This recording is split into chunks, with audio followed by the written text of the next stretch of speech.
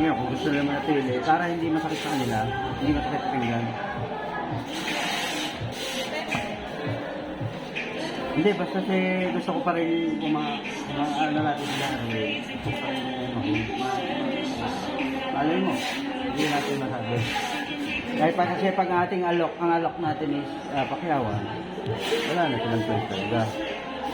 Hindi yung tatanggalin natin dahil mas malo. Ma'am, sino mag-assist sa amin?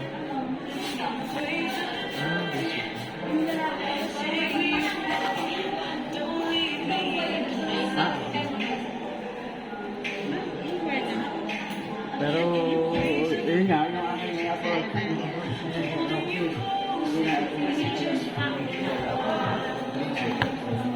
Titingnan ko lang. Ano?